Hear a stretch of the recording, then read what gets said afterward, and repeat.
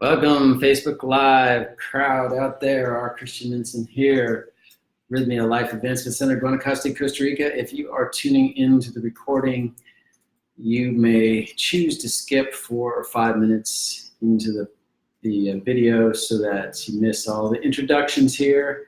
I am just going to say hi to people as they join on. And welcome.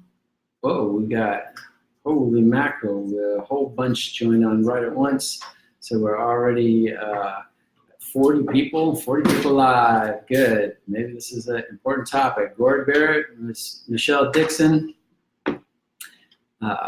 Tracy, hey, how are you? If you want to, you can tell me, say hi, where you're from, where you are, just say. The weather's like today, we got a little bit of a rainy day. This is rain. You might hear in the background Sylvia, because she makes a lot of noise back there. Traffic jam this afternoon. All right, so you get to hang out listening to me in the traffic jam. And nice. Come on in and join the fun. Tell some people to come there.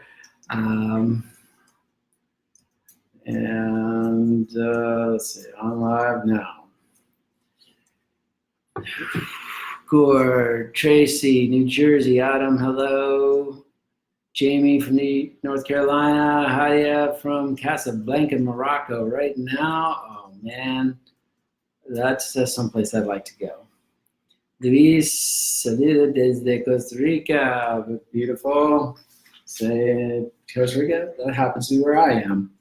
And so welcome everyone, come on in, the water's fine. As I said, it's a rainy day here today. We're in the tail end of rainy season, and it hasn't been a very rainy season, which concerns us a little bit, but today it's rainy season proper, which is real nice. It cools things down, greens things up, and makes it a lovely environment. I like the rain here. And so, more people joining on. Doreen, hello from Los Angeles. Michelle from Vancouver Island, of course. Tracy, Southwest Wales. Aisha Chowdhury, I know you're in Mumbai right now. Randy Nichols from San Jose, California. Deborah's joined. Stephanie's joined. Barbara, hello.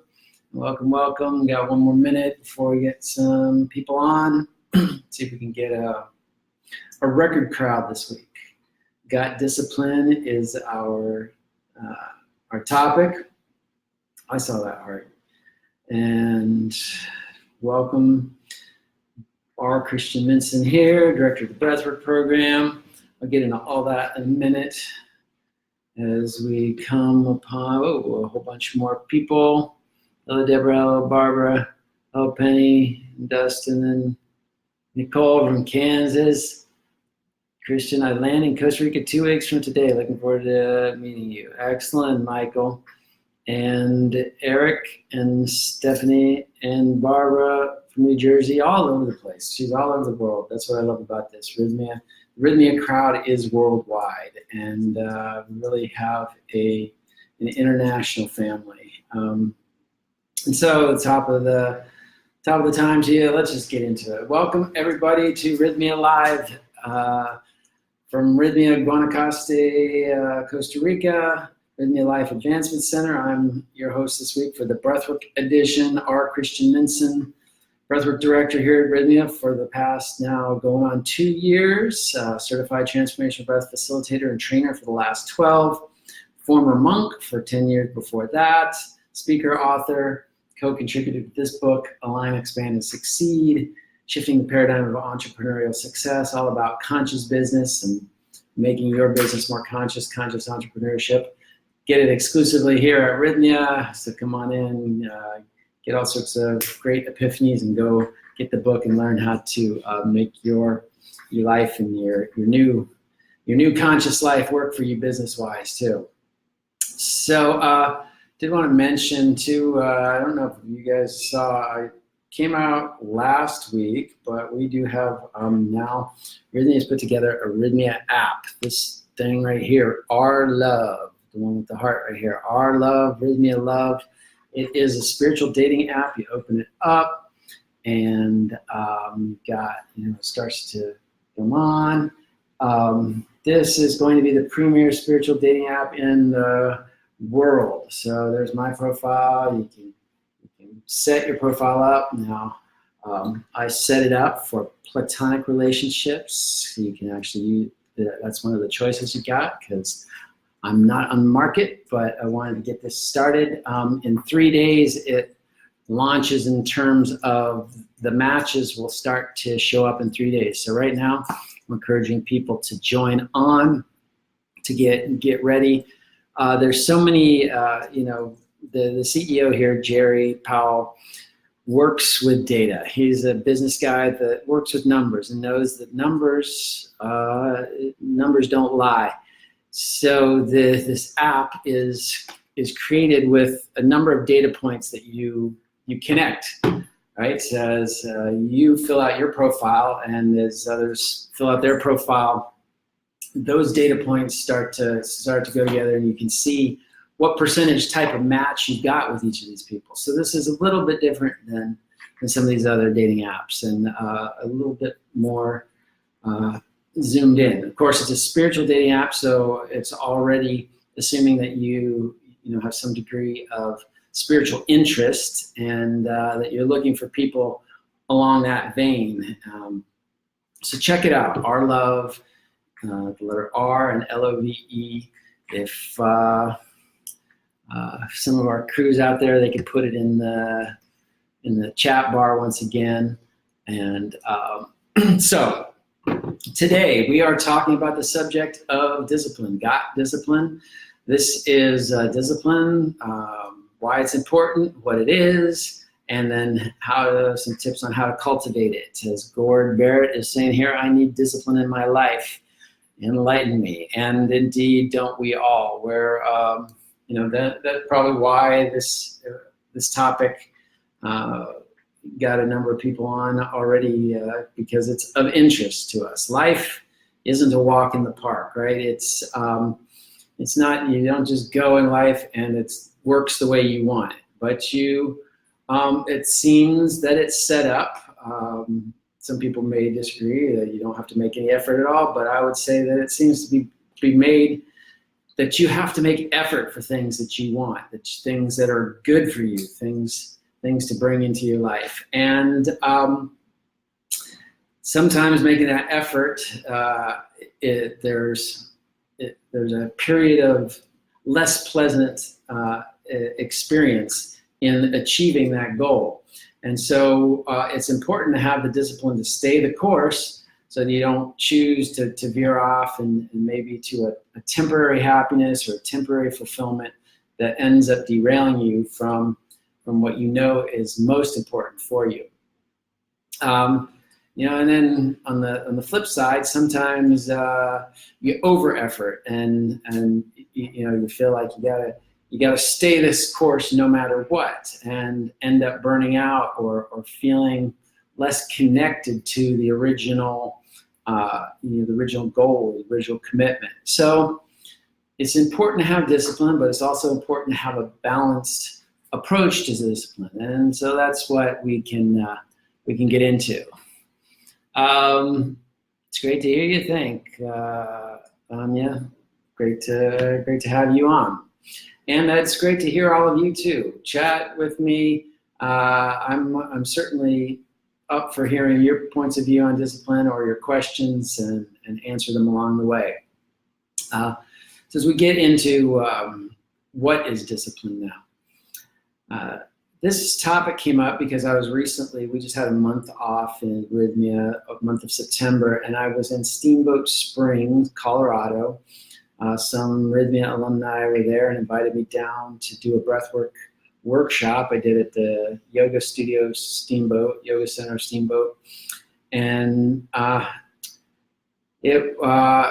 next day I went to a different yoga studio. Sorry, I forget the name of that one, but I was taking yoga, and the teacher asked the class, what is discipline? And so we thought about it a little bit, and then somebody behind me answered, and they said, discipline is regularly reviewing your commitments.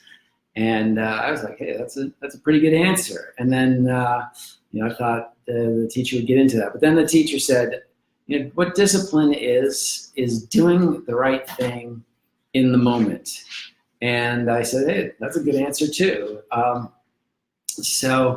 As the discussion came around and we looked at it a little bit, I felt like really that both were true, and there's sort of two facets, two sides of the same coin. So this is what we'll get into is, what is discipline from both these angles. Let's see. I don't know how Rythmia always seems to have a message relevant to my life that day, but you do. Excellent, Brittany, and I'm glad that I could be a pawn in the service of the divine energy, bringing you the message that you need to hear. And Gord, they say that getting started is the hardest part. I disagree. I believe that maintaining consistency is the hardest part. You can take that first step, sure, but sticking with it can be immensely difficult. That is excellent. And that reminds me of a law that I used to talk about in one of these Facebook Lives, the law of maintenance. And that's that any body put in motion needs maintenance to stay in motion. So whether that's a relationship, whether that's a business, whether that's a friendship, whether that's any kind of activity, anything, whether it's a car you get started or other vehicle, it all, in order to keep it in motion, it needs maintenance. And so let's see, discipline begins where motivation ends. I would say discipline really needs to harness motivation, and that's what we're talking about here. Agreed. One must keep action on the goal, and it comes with alignment with plant medicine. That is true, Gordon. We will be talking about that a little bit. Stickability. My lens is on this. Beautiful. Love this. And beautiful. All right, so here we go. We got another. For me, it's been upkeep till you get to a certain point. Then it's all downhill. The mountain only goes so far. But that's for me. That's for me. I'm not sure what you're saying there, Dusty, a little bit. Maybe you can explain a little bit more. But I think once again, there is a sense that, like we said, regularly reviewing your commitments. Why is this? How does this relate to discipline? Your commitment is really an indication that you've had some forethought about what's really important to you in life, right? And what's important to you to sustain in your life over the long term. You take some time to not just be in the minutia of life, but to step out, to chart a course and say, if I really am going to live a fulfilling, happy life based on principles that I believe in, based on relationships I'm in, based on ideals that I want to accomplish or goals that I want to accomplish, this is a chart. So, for example, for me, some of my commitments, my long-term commitments are daily meditation, daily exercise, or regular exercise at least. Both of these are part of the, this 5 spiritual habits or 5 habits of highly spiritual people that I talk about in other Facebook Lives. I'm committed to a creative creative outlet in my music. In fact, if we got time, brought the guitar again. So the commitment is to keep these things in my life. And the point about regularly reviewing your commitments is to bring it up, to remember, this is what I committed to. How am I doing with this? this essentially is the introspection process, which is, again, the third habit of highly spiritual people, to introspect, to look at your life and assess and really break down. Am I following, based on the goals, the objectives, the ideals that I have, is my life going in the right direction? And it's just like a sailboat. You set your sights on your destination, and you tack this way, and then you tack back that way, and you tack back this way, so you finally get there. So you're usually not a straight line, but you find yourself drifting off. You make corrections because you're reviewing those commitments. You're bringing them back up, and you're saying, this is what I said was important to me. So here it's important to make some commitments, to spend some time thinking about what is really important to you, to have some foresight on what you really want to accomplish in the world. You know that in the heat of the moment you can forget your commitment, because often, in the moment it's like, oops, sorry about that. Like a farmer planting a field. They till the soil, they plant the seeds, and then it looks barren. It looks like nothing's going on. And at that point, if you were the discourageable type, you might say, well, nothing's happening. I'm leaving and going to eat at McDonald's. You're not waiting, but if you wait, you got that discipline during that time that it seems like nothing's going on, or there's some struggle or strife, then you finally start to see the results of those little plants starting to sprout. And that's when, after all the smoke clears, you actually see, well, that is what I intended. That's what I wanted to happen. I wanted to have a crop of healthy, nutritional food, not take the shortcut route and end up eating at fast food joints for the rest of my life. A few more people joining on. I so need this today. Been struggling with it. Thanks, Tracy. And again, if there's any questions we can answer specifically, I'm happy to. All right. So by keeping this, your commitments in mind, you can weigh then your decision making based against those ideals rather than the whim of the moment. That's really the point here, right? That you've got a clear on your objective. So you're saying now, is my life moving in that direction? If not, then I can make some adjustments. Now, at the same time, then we're talking about that learning to do what's right in the moment is critical. And you might see this as diametrically opposed to what I was just saying about reviewing your commitments, something you made in the past, bringing up and saying, well, I've got to stick to this path of this commitment.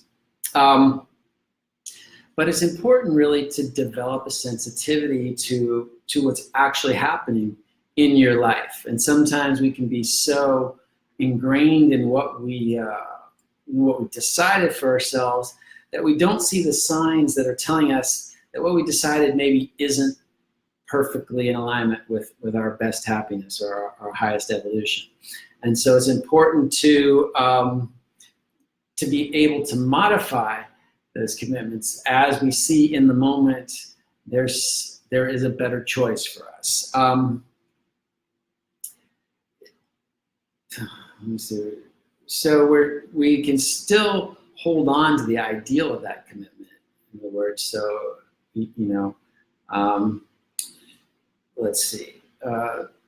But you're allowing yourself to think differently about it. And I don't know.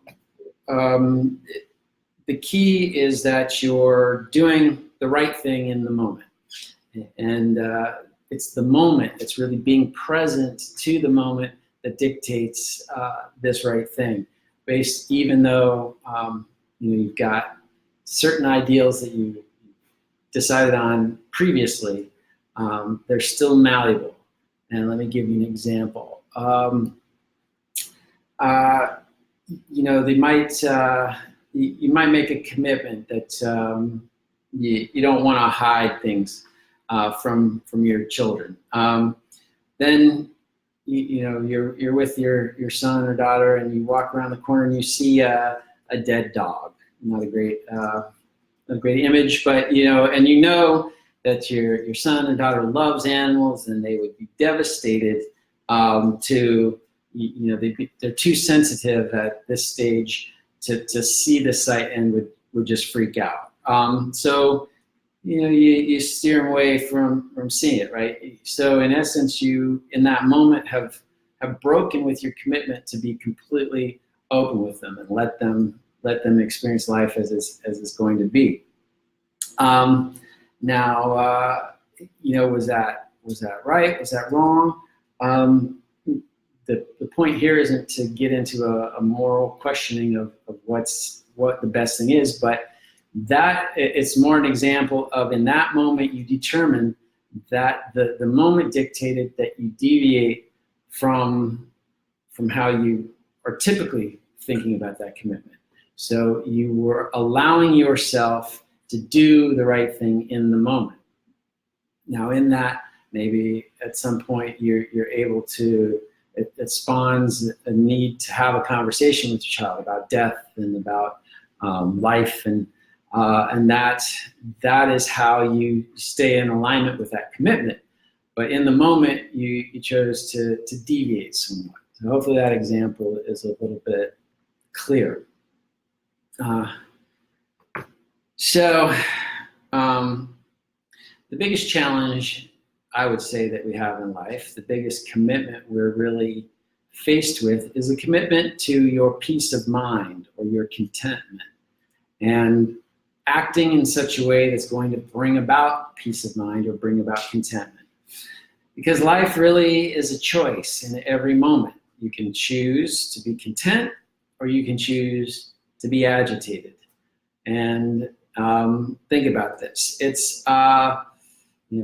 It is in every moment we actually have this choice. And what we have to be aware of is that often our past programming will take you down the path of agitation, or do you have the discipline, once again, to act and do what's right in the moment? What we're really talking about here is reacting versus responding, and this is a concept that we brought up in other Facebook Lives before, and there might even be one called reacting versus responding. Let's see, the realization that we are constantly becoming, followed by the realization that whatever that may be is completely up to us. Awesome. Yeah, great, Randy. Good realizations. The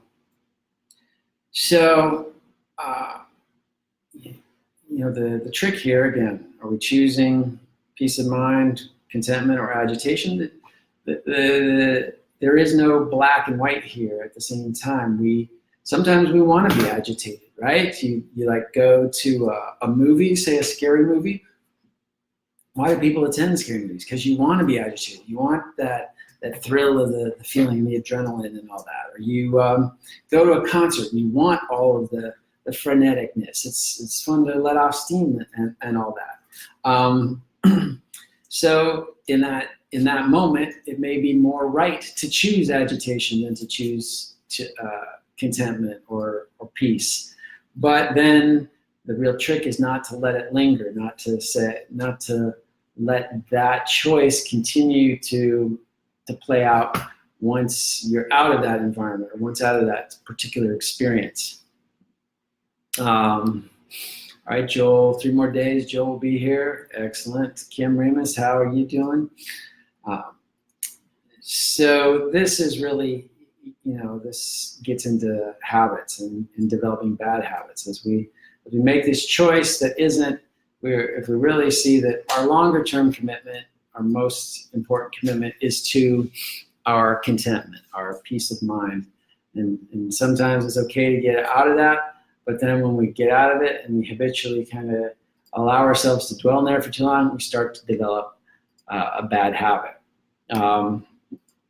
So that leads then, how do we cultivate this discipline? And what's some of the ways that we can make discipline allow our lives to be more disciplined. And again, recognize that this word discipline sometimes gets a bad rap.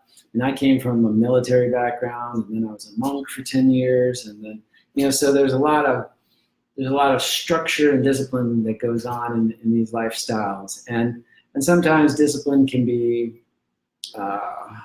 misconstrued as a strict, very unfun type of lifestyle. But again, if we think in terms of discipline, really, from the perspective of this law of maintenance, right? That when we set something in motion, which what we're setting in motion is something ideally that came from our own intention, something that we want in life, that then to keep our discipline is to keep maintaining that, to keep it alive. And indeed, the more that we keep something that we truly want or is truly good for us alive, the better we feel, the more contentment we bring into our lives. So one of the ways to deal with discipline is, or to cultivate discipline, is to work with leverage. And what is leverage? Leverage is giving yourself better reason to do something than to not do it, or better reason to not do something than to do it, depending on what that is, right? So when you're working with leverage, it takes a little bit of introspection again to sit and say, what would life be like if I continue down on this track? Let's say that track is you're trying to make a change in your life for the positive. So you're looking at how your life is currently. You're saying, what would life be continuing down this track? So that's the negative answer in this case. And you think about, well, if this continues to happen, my happiness will go downhill, my health will go downhill. Really painting as grim a picture as you can about, the choice that's not in your best interest. And it's good to get kind of graphic to really imprint it on your mind. If you can feel the emotions there too. I'm going to feel anxious, I'm going to feel sad, I'm going to feel confused, whatever it is. And then, then you say, what will life be like following this new track? And then that's where you get a chance to project all of the positive things, right? What you are, how your life is going to be better, how much more content you're going to feel that contentment, what kind of improvements, where are you going to be, visualizing yourself as happy and smiling, visualizing people around you. And I'm a big advocate for somehow anchoring in the feelings. So if you can really, the essence of this is if you can get to the feeling of, a feeling of being agitated for following the wrong track, and that feeling of contentment for following the right track, then when that feeling is the motivation in and of itself. That feeling, you don't want this one feeling, so you go for the other feeling and the activities that are going to support that feeling. Now, another way to cultivate discipline is to also work on self-love. We talked about this in last week's Facebook Live, Only Love, but you get better leverage if you're cultivating self-love, then you have a respect for yourself, and the actions that you're going to choose are going to be in alignment with that respect. You're not going to be abusing or degrading yourself. If you're clear that you love yourself and that you are worthy and you are important to be staying on this track of health and wellness. So that is a vital part of disciplining your life in a way that's going to pay dividends. And again, we're talking about discipline not in and of itself, meaning discipline doesn't have any value. And some people may say it's better to lead a disciplined life. Discipline doesn't have any value except in that it helps you stay on track with what you feel is most important in your life. Okay, so this once again is where we find the value. So cultivating self-love to really understand that you are worth it and worthy, and that certain things you do are going to reinforce that love, and certain things you do are going to detract from that love. And if you really love yourself, then you're not going to do those things that are out of alignment with that. Tools and processes that can help along these lines, of course, breath work. That's pretty much my universal go-to. Breath work, meditation, retreats, such as the Rythmia programs. And sometimes we need to remove ourselves from our lives to really go on an intensive soul-seeking journey to uncover some of the things that are preventing us from loving ourselves, and then clear that garbage so that we have this new sense of our importance, our worth, and our place in life, and then we can move forward shining our light brightly. And indeed, that's what the Rythmia program is all about, is to help people get to that space where you really do understand what is most important and most valuable to you. For each individual, that's going to be slightly different. I could say there's some universal things that we're all looking for, but so these are all cleansing processes of lifting some of the garbage out of our system, so that we aren't so bogged down, so that we can spend more energy and more of our efforts on our higher level pursuits. And Vina is saying truth, Wonder Woman in truth. I love Wonder Woman, so thank you there. Autumn's giving me some flowers. Good. And again, too, if you have any questions or any comments, go ahead and write them in there. If you want to make this an interactive type of conversation. So, have you ever noticed that discipline, and kind of relates to a comment that was made earlier, discipline, I think, I forget who was saying it, but they said, discipline begins where motivation ends, and I would say that, saying it a different way, that discipline is only an issue when we have challenges in our life, right? That if things are going smoothly, it's easy to sort of stay on track with it. But it's when some little monkey wrench, some little problem presents itself, that then we have to wrestle with that, and where it's important to kick in the discipline. So on that note, when we have challenges, it's important to reframe from a spiritual perspective. And this comes from the spiritual master that I follow, Paramahansa Yogananda. He said, see each problem that waits for a solution at your hand as a religious duty imposed upon you by life itself. So again, see each problem that waits for a solution at your hand. See each problem that waits for a solution at your hand as a religious duty imposed on you by life itself. In other words, as we talked about last week when we were talking about only love, that the universe and universal energy is benevolent, and it's always acting in accordance with your highest growth and betterment, your highest evolution. That life is always conspiring in your favor to help you grow and evolve towards more contentment and more deep realization of the true nature of reality. And when a problem arises, we don't just abandon ship right away, because we see that problem as a duty to overcome. That problem is life presenting your next test. You couldn't get to 6th grade from 5th grade without taking your final exam to show that you could move on. And these things that arise in our life is like life's little test to say you're ready to move to the next level. So by seeing each problem this way, once again, it gives you more leverage to say, hey, I'm going to keep on with this, not not to just be myopic and see, oh, woe is me, why do I have this problem in my life?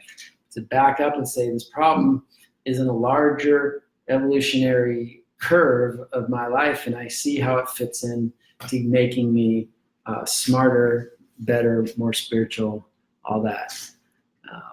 Consciousness is only limited by our intellect. Yeah, so our intellect is a part of our consciousness, and it's only a part, right? Our consciousness is so much more vast, which gets into our intuition, our thoughts and our feelings. Our intellect is largely our thoughts. Our intuition is largely our feeling. And so to only go on the intellect means we're leaving at least half the equation out, right? So maybe the final point, unless there's some more things that we want to say if there's any questions to ask, that life is by choice. That if you get that every moment of your life, the way that you are in every moment of your life is your choice. And that you are actually, if you are unhappy in this present moment, that you are actually choosing to be unhappy rather than that unhappiness was imposed on you by some outside force. You can easily snap out of that unhappiness and choose something different. It's literally like flipping a light switch. If it's dark in the room and you flip on the light, it's instantaneously light. If you're in a bad mood and you choose to be happy, instantaneously you can change your mood. And you might feel this heavy inertia of that sadness, but you have the power. It is your choice. And I mentioned this last week too, but Viktor Frankl, author of Man's Search for Meaning, a man who survived the Auschwitz concentration camp, and did so by choosing to see the positive in his situation, in a situation which is more negative than most of us can imagine. He still was able to choose the positive and choose to stay happy, choose to stay enthusiastic, which is the attitude that carried him to actually survive this experience, while he watched dozens, if not hundreds, of his comrades perish as a result of them not being able to come to terms with the fact that they were here in this environment and had to make the best of it. So, in no way am I minimizing the heinousness of that environment and such, but shining a light directly on the all-consuming power of the mind and the heart of your consciousness to make that choice, to choose to be happy, to choose to be content, rather than choosing that agitated state. So with that, let's see, kind of any more. We got some good little hearts and likes and stuff going on, so that's always good feedback. If you've got any comments, we'll say if you want to continue the conversation or stay in touch with me in any way, you can friend me on Facebook. If you do, always include a message. Just says that you saw me on Facebook Live or whatever. R Christian Minson, the letter R, like in Rythmia. Christian Minson, you can find me on Facebook, and I'd be happy to be friends and continue on the conversation. Hopefully encourage you to come to Rythmia or do some breath work or otherwise.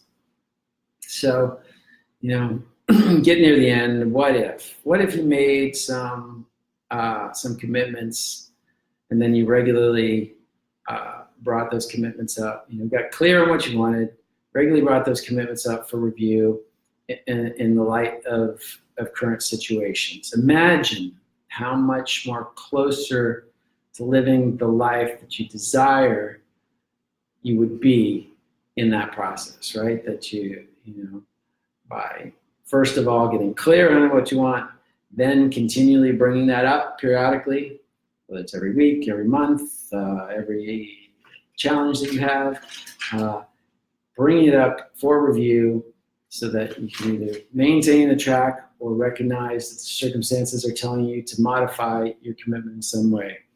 Think about how much more content your life would be, how much more aligned with what you're striving to do would be. So I'd say get out there and do it. Get out there and use whatever resources you need to get clear. Like I said, the breathwork, the Rythmia program, and or guitars. Yes, Aisha. Are you calling for the music here? Is that what you're doing? All right. Autumn looks forward to speaking with me. Thanks, Gord. You create your reality.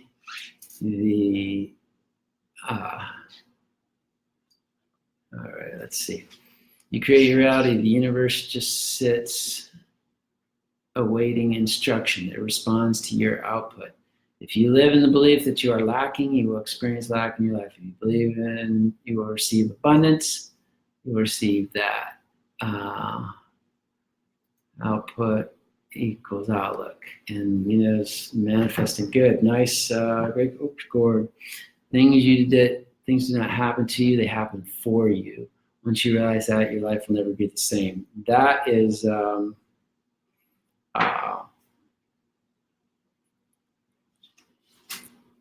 amazing, an amazing statement. Realize that things don't happen to you, they happen for you. And you go even deeper, they're happening because of you. And if you want to go even deeper, this is from Michael Beckwith, they're happening as you, ultimately. All right, so we got a little bit of time left. Who wants to hear a song? This one I just came up with recently. Came up with, meaning I just learned it recently. A good opposite of commitment song. Let's put it on one that's, or a commitment to a life in flow. See if you recognize this. So.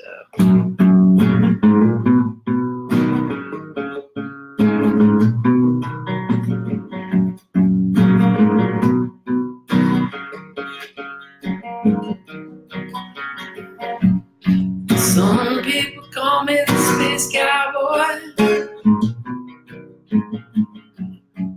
Some call me the gangster of love. Some people call me Maurice. Speak of the promise of love.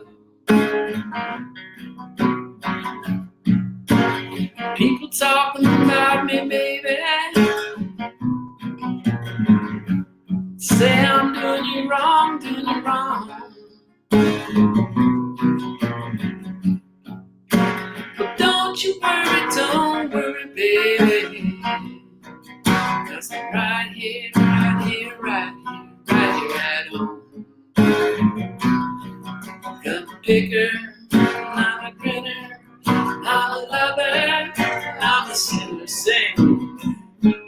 Play my music in the sun. I'm a joker, I'm a smoker, I'm a midnight toker. Sure don't wanna hurt no one. I'm a picker, I'm a grinner, I'm a lover, and I'm a sinner. Get my love and on the run. I'm a joker, I'm a smoker, I'm a midnight toker. Sure don't wanna hurt no one. Ooh. Ooh.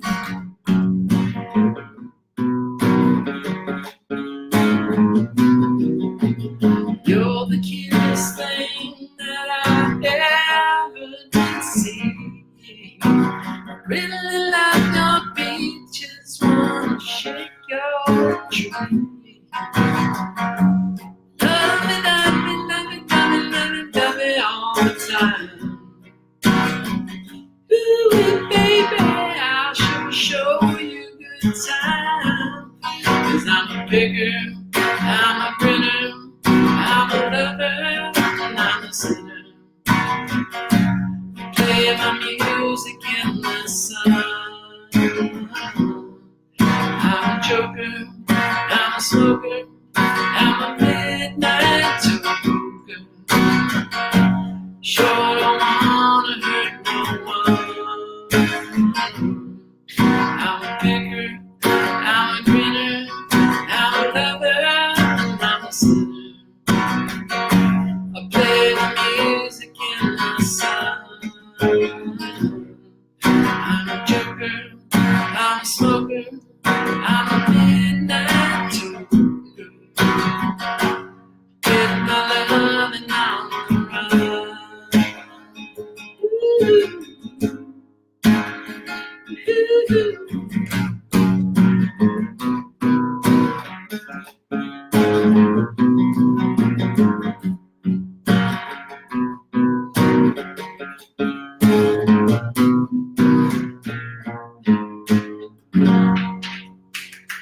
There you go. Thank you, Sylvia. Backup singer in the studio audience here. Excellent. Welcome, welcome. Love that, Christian. Yeah. All right. And people's comments there. Welcome. Good, good. Love y'all. And nothing should be midnight drinker. I said, that's right. Midnight toker, midnight drinker of ayahuasca. Get out here and find out what that means for yourself. So hopefully you enjoyed the musical interlude. Something we just kind of do spontaneously here. Come out. If you come out for the ceremonies, I'll play for you on the Wednesday night ceremony, Divine Feminine Night. Really beautiful occasion that has live music, and it definitely adds to the vibe. So that's it for this week. All you out there, thanks for your comments, thanks for tuning in. If you want me to talk about a particular topic, particular subject, friend me on Facebook, send me some thoughts. I'm happy to try to work in what you need to best, or like some of the people were saying in the beginning, just tune into the universe and then show up on the Rythmia page, and somehow it will provide you with exactly what you need for that week. And that's exactly what will happen if you come here and get and go through the program as well. You can get exactly what you need. Sometimes it won't be easy, but it will be exactly what you need to live that life of fulfillment and contentment out there. So, Vera, that was awesome. Thank you. Have a good breathwork sesh tonight. That's what next on the list is breathwork tonight. And Wendy Jackson, going to see you tomorrow. Excellent. Randy says more of that. Okay, we'll work on it. And Aisha, beautiful. Thank you for the comments. And so, our Christian Minson signing off. Namaste. We'll see you next week on Rythmia Facebook Live. Actually, I probably won't be doing next week, just so you know. So keep it tentative. I'll be in Switzerland working with Greg Braden, doing breath work there for the week, and then I'll be back at Rythmia the next week. See ya.